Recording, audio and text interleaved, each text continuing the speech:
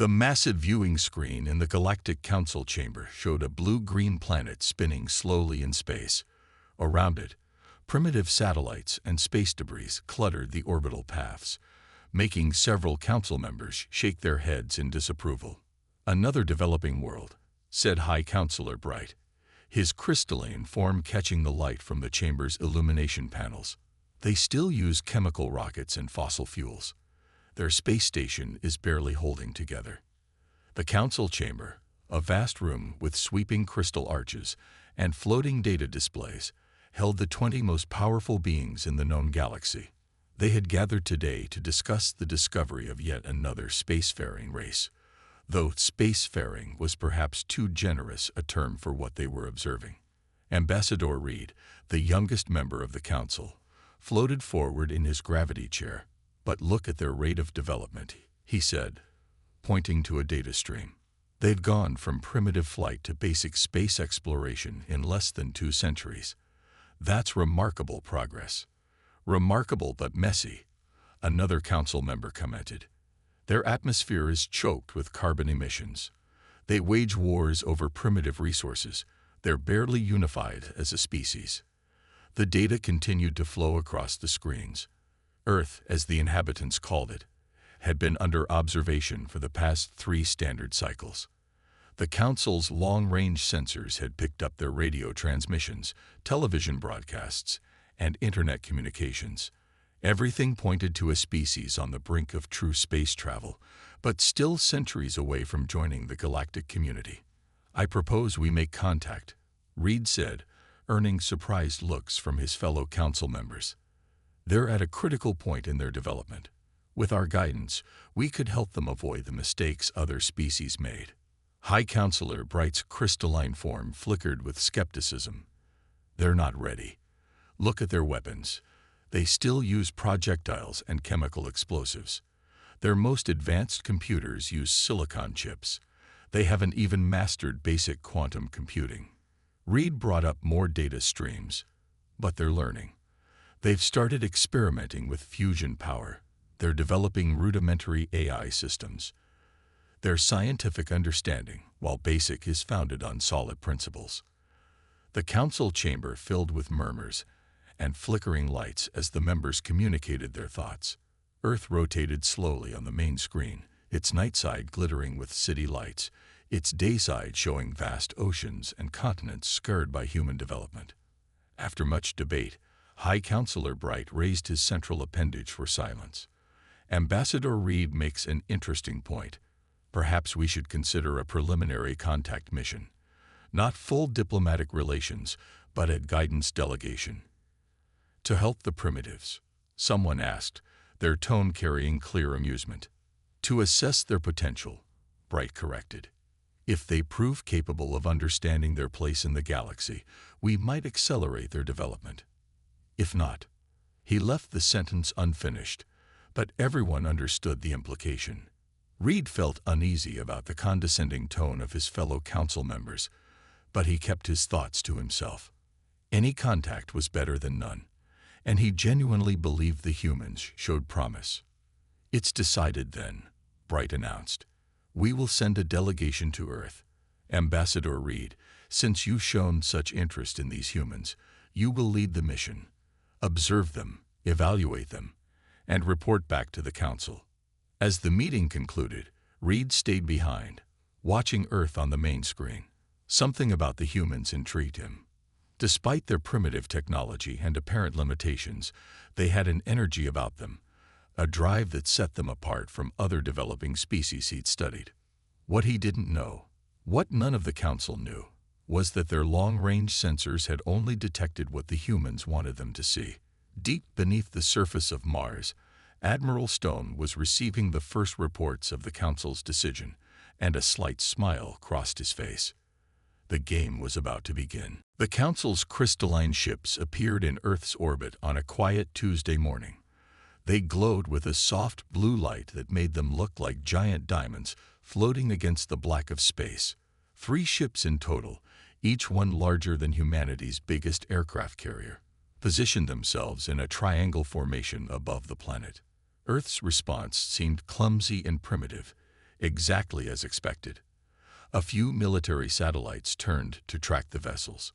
Radio signals bounced between ground stations. Their small space station adjusted its orbit slightly, its solar panels reflecting sunlight as it moved. Ambassador Reed watched from the bridge of the lead ship as a transmission came in from the surface. The image that appeared showed a human in what appeared to be a military uniform, his chest decorated with colorful ribbons and medals. "I am Admiral Stone of the United Earth Defense Command," the human said, his voice steady and controlled. "We welcome peaceful contact with your civilization." Reed stepped forward, his crystalline form shimming. "Greetings, Admiral Stone. We are representatives of the Galactic Council. We have come to help guide your species toward a more advanced state of existence." The human's face showed no reaction to the condescending tone. "We would be honored to receive your delegation at our primary diplomatic facility in Geneva." The Council ships deployed their landing vessels, sleek crafts that looked like falling stars as they descended through Earth's atmosphere. Reed watched the primitive human aircraft escort them down, noting how the pilots struggled to match their speed and precision. The landing site was a large open area surrounded by old stone buildings. Hundreds of humans gathered behind security barriers, their mouths open in wonder at the sight of the alien ships. Reed noticed how they clutched their primitive recording devices, smartphones, they called them, and took pictures.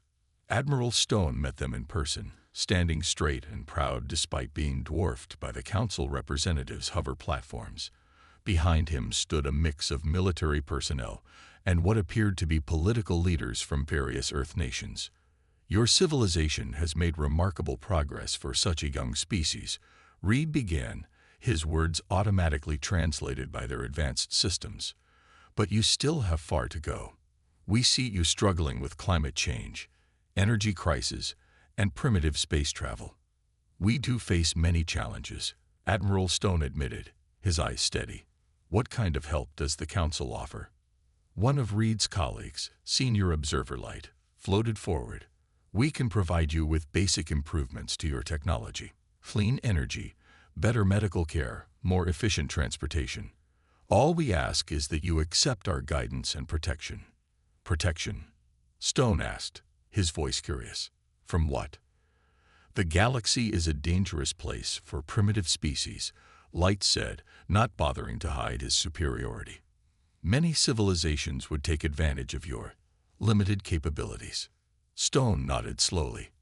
"I see. And what would this protection entail?" "Simply allow us to establish a presence in your system. We would monitor your development and ensure no other powers interfere with your growth." As they spoke, Reed noticed something odd. Despite the humans' apparent technological limitations, their security systems seemed remarkably thorough. And there was something about Admiral Stone's calm demeanor that didn't match what he'd expect from a primitive species meeting advanced aliens for the first time. Later, in a secure underground facility, Admiral Stone pressed his hand against a DNA scanner. "Sentinel protocol activated," he spoke clearly. "Begin Phase 2. Across the solar system, hidden sensors tracked the Council ship's every movement. Deep within Mars, massive doors began to open. And in the asteroid belt, shipyards that had been invisible to the Council's scans hummed with activity. The assessment was going exactly as planned, but not in the way the Council imagined. Deep within the heart of Mars, Admiral Stone walked through a massive underground chamber. His footsteps echoed off walls lined with advanced holographic displays. Each screen showed real-time data about the Council ships in orbit around Earth. Every transmission, every energy reading, every movement was tracked and analyzed. "They still haven't detected anything unusual," reported Commander Wells, a tall woman whose uniform bore the insignia of Earth's Special Projects Division. "Their scans continue to show exactly what we want them to see." The Admiral smiled. "And our friends in the asteroid belt?" Wells brought up a new display.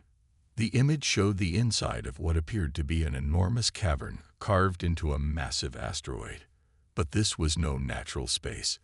Dozens of huge ships hung in perfect formation, their black hulls absorbing all light. Each one was at least 3 times larger than the Council's largest vessel. "The Seventh Fleet is ready," Wells said. "All 20 dreadnoughts are fully operational. The Council's sensors still register nothing but ordinary rock and ice." This had been humanity's greatest deception.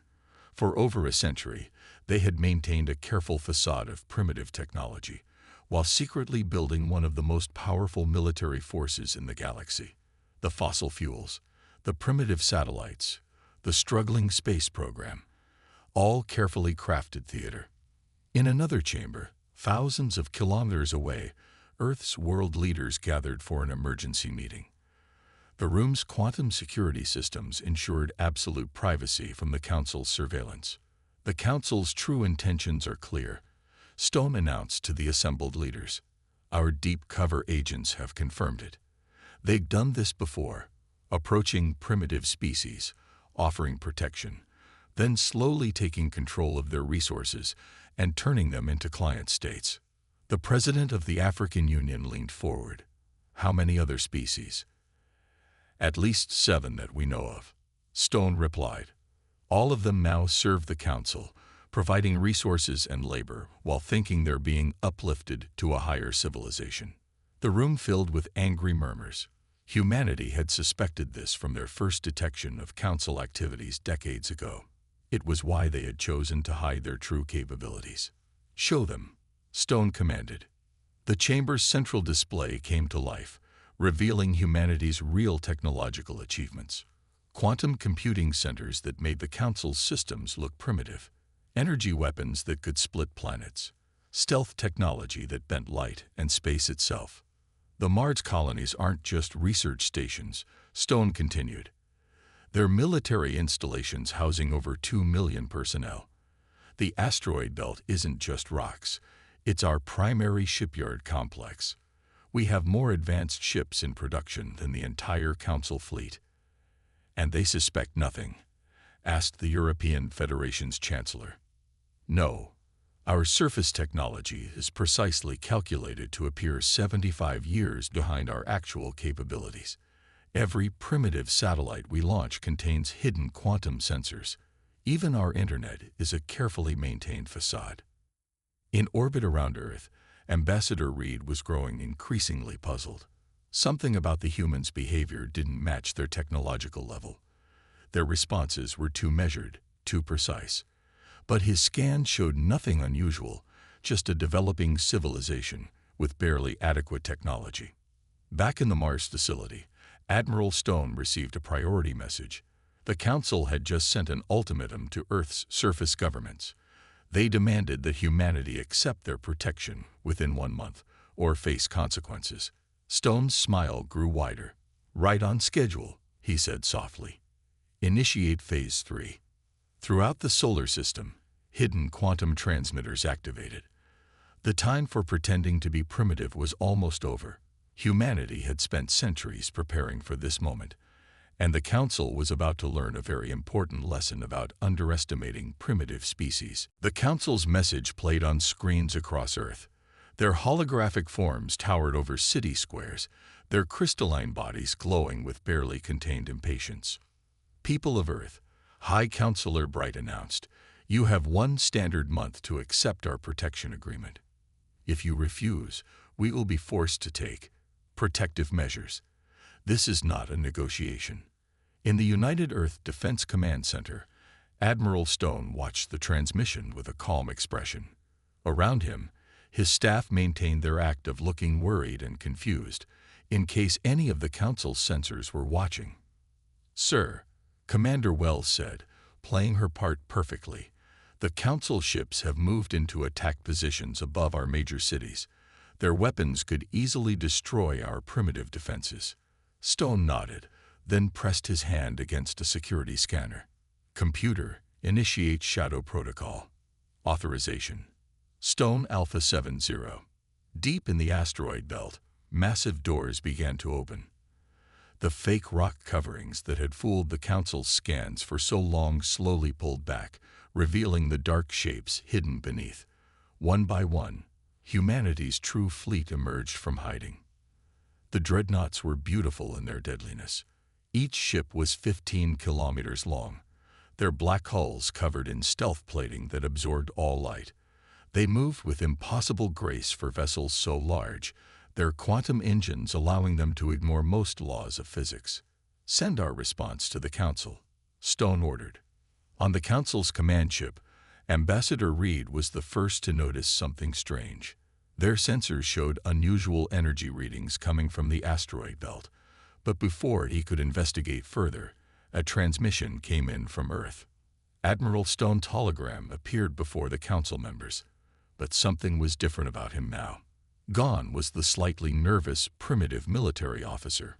In his place stood a man whose calm confidence made several Council members shift uncomfortably. "Honorable Council," Stone said, his voice carrying no trace of fear, "we have received your ultimatum. Allow me to provide Earth's response." The main viewing screen lit up with new images. The Council members watched in shock as dozens of massive warships emerged from hiding places throughout the solar system. Ships that dwarfed their own vessels. Ships that their sensors couldn't properly scan. "As you can see," Stone continued, "we will not be requiring your protection. In fact, let me be perfectly clear. You have 30 minutes to remove your ships from Earth's orbit. After that, we will consider your presence an act of war." "Impossible," High Counselor Bright sputtered. "Your species is primitive. You use fossil fuels, chemical rockets." Stone's smile was cold.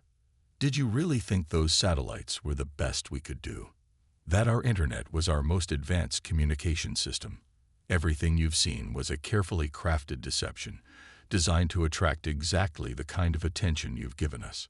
The Council members watched in stunned silence as more ships appeared. Hundreds of smaller vessels emerged from Mars. Stealth fighters decloaked in Earth's orbit. Defense platforms appeared out of nowhere, their weapons already locked onto the Council ships. "We've been watching you for decades," Stone explained. "We've seen how you protect other species, how you turn them into slaves while pretending to help them develop. We decided to play primitive until you showed your true intentions." Ambassador Reed stepped forward, his crystalline form flickering with a mix of fear and admiration. "You've been testing us." "Yes," Stone replied, "and you've failed spectacularly. 29 minutes remaining. I suggest you use them wisely." Across the solar system, humanity's real military power stood revealed. The game of pretending to be primitive was over. Now it was time to show the galaxy that humanity had never needed anyone's protection. They had only needed the Council to make the first move. The Council didn't leave within 30 minutes. Instead, they called for reinforcements. "How predictable," Admiral Stone said as he watched hundreds of Council warships appear at the edge of the solar system. Their crystalline ships filled space like a swarm of angry wasps, their weapons charging with bright blue energy. Commander Wells stood at his side on the bridge of the UES Titan, humanity's flagship Dreadnought. The massive bridge windows showed Earth below them, looking peaceful despite the growing tension in orbit. "They'd brought their entire peacekeeping fleet," Wells reported. "Over 500 ships, their largest military operation in 50 years. Stone nodded calmly. "And now they'll learn why we let them make this mistake." The Council's fleet moved forward in perfect formation. High Counselor Bright's voice boomed across all channels. "Primitive species who dare to threaten the Council, witness the price of your arrogance." Their ships opened fire. Thousands of energy beams lit up space, heading straight for Earth's orbital defenses. The Council members watched with satisfaction, expecting to see the humans' primitive shields fail instantly. Nothing happened. The energy beams simply disappeared about 10,000 kilometers from Earth. No explosions, no damage. They just vanished into nothing. "Quantum shield technology." Stone's voice came back across the channels. "We've had it for nearly a century. Would you like to see what else we've been hiding?" The dreadnoughts moved. Despite their massive size, they accelerated with impossible speed and grace.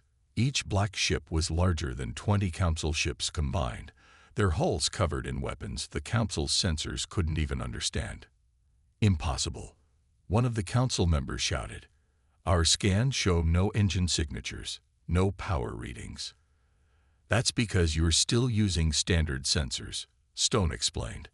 "Let me demonstrate why that's a problem." The Titan raised its main weapon.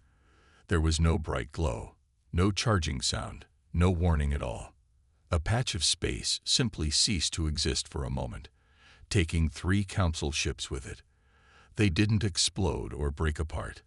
They simply stopped existing. "Quantum deletion field," Stone said casually. "It removes matter from this dimension. We developed it 40 years ago, but decided it was too powerful for regular use. Consider this a demonstration." The Council fleet broke formation, their perfect lines dissolving into chaos. Their weapons were useless against the human ship shields. Their sensors couldn't lock onto the Dreadnoughts. Even their fastest ships couldn't match the humans' quantum drives. Ambassador Reed watched from the Council flagship as humanity's true power was revealed. The primitive species they had planned to subjugate was actually far more advanced than the Council had ever been. "Standard Council tactics," Wells commented as she watched the enemy fleet scatter. "They've never faced an enemy they couldn't overwhelm with superior numbers. Because they make sure to attack species that are actually primitive," Stone replied. "Not ones that just pretend to be." The Titan moved forward, its massive black hull blocking out the stars. Around it, the other Dreadnoughts took up attack positions. Each one could have defeated the entire Council fleet alone. Together, they were unstoppable. "Attention Council forces," Stone broadcast. "You have 2 choices. Retreat immediately and never return, or continue this fight and learn exactly how outmatched you are. You have 5 minutes to decide."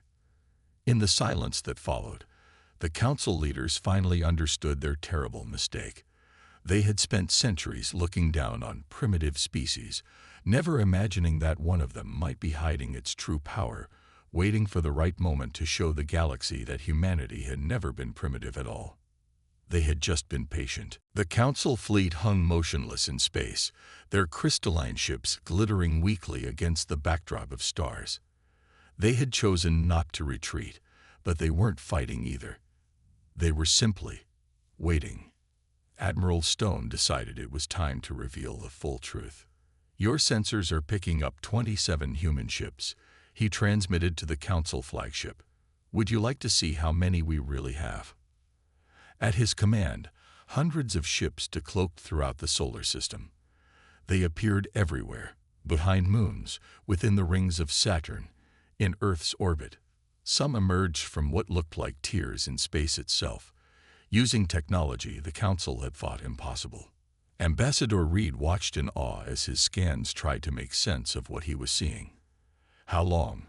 he asked quietly. "How long have you been hiding this?" "Since the beginning," Stone replied. "Since your first ships crashed on Earth 300 years ago." The Council chamber erupted in shock. High Counselor Bright's crystalline form flickered rapidly. "That's impossible. We only discovered Earth 5 years ago." Stone's laugh was cold. "Did you really think those were just random meteor crashes? We've known about you for centuries. We recovered your ships, studied your technology, and then surpassed it, all while making sure you never knew we existed." Commander Wells brought up a holographic display showing the true extent of human territory. It stretched far beyond the solar system, reaching into parts of space the Council had never explored. "Those empty sectors you've never bothered to check." Stone continued. "They're ours.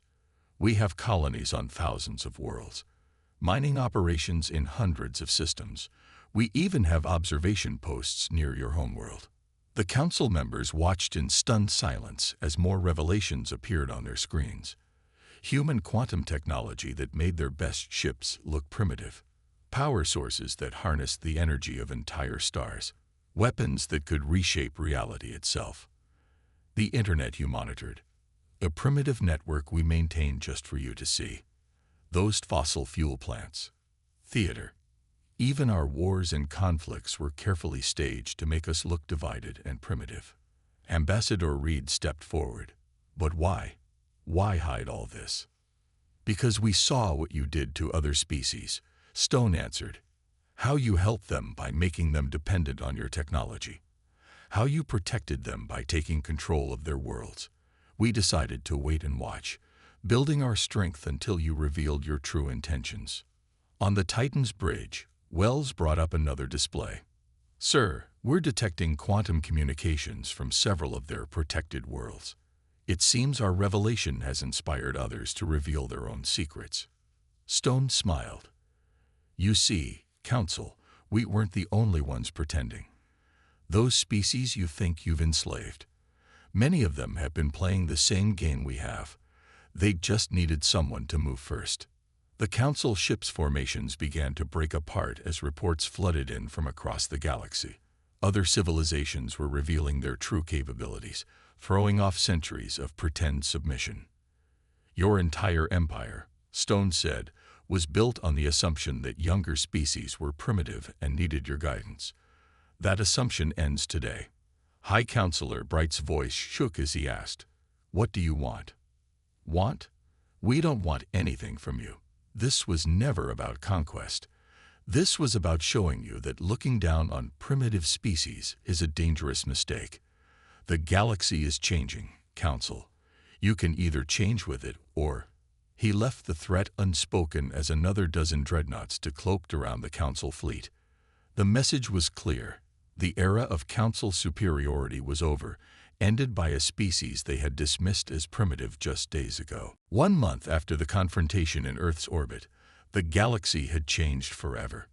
The Council's grand meeting chamber, once a place where they had plotted how to help primitive species, now hosted very different conversations. Admiral Stone stood before the assembled council members, his uniform crisp and formal. This time, he wasn't appearing as a hologram. He was there in person, showing that humans could match even the council's ability to travel between stars with ease. The treaty is simple, Stone explained, pointing to the document displayed in the air between them. Each species governs itself. No more protection agreements. No more forced guidance. High Counselor Bright, his crystalline form dimmer than before, spoke carefully. And what guarantees do we have that other species won't use their hidden technologies against us? The same guarantee we give them, mutual respect, Stone replied. Something you should have offered from the beginning. Around the chamber, representatives from other worlds watched silently.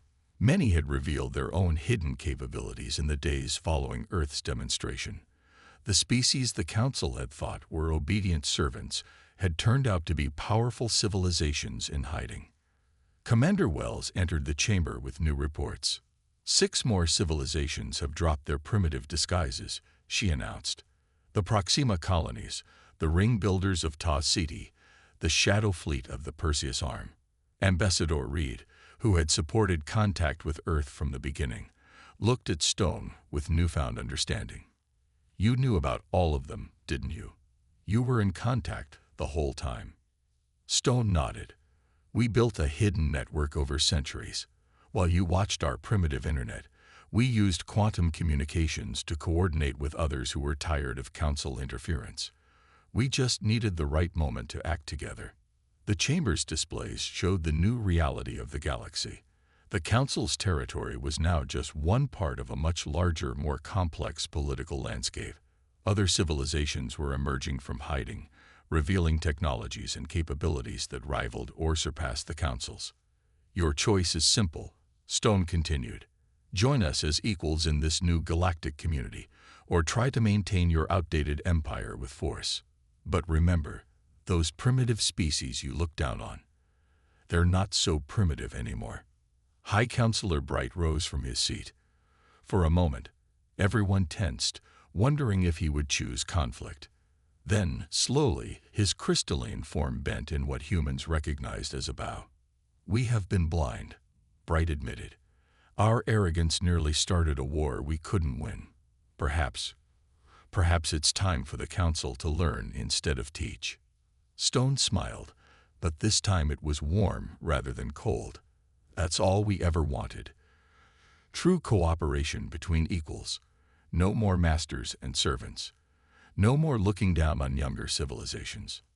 As the treaty was signed, Ambassador Reed approached Stone privately. "One question has bothered me," he said. "Why did you let us make first contact? Why not reveal yourselves on your own terms?" Stone's eyes twinkled with amusement. Sometimes the best way to teach a lesson is to let someone make their own mistake. You needed to see your own arrogance in action to understand why it had to change. The galaxy would never be the same. The age of council dominance was over, replaced by a new era of genuine cooperation and mutual respect.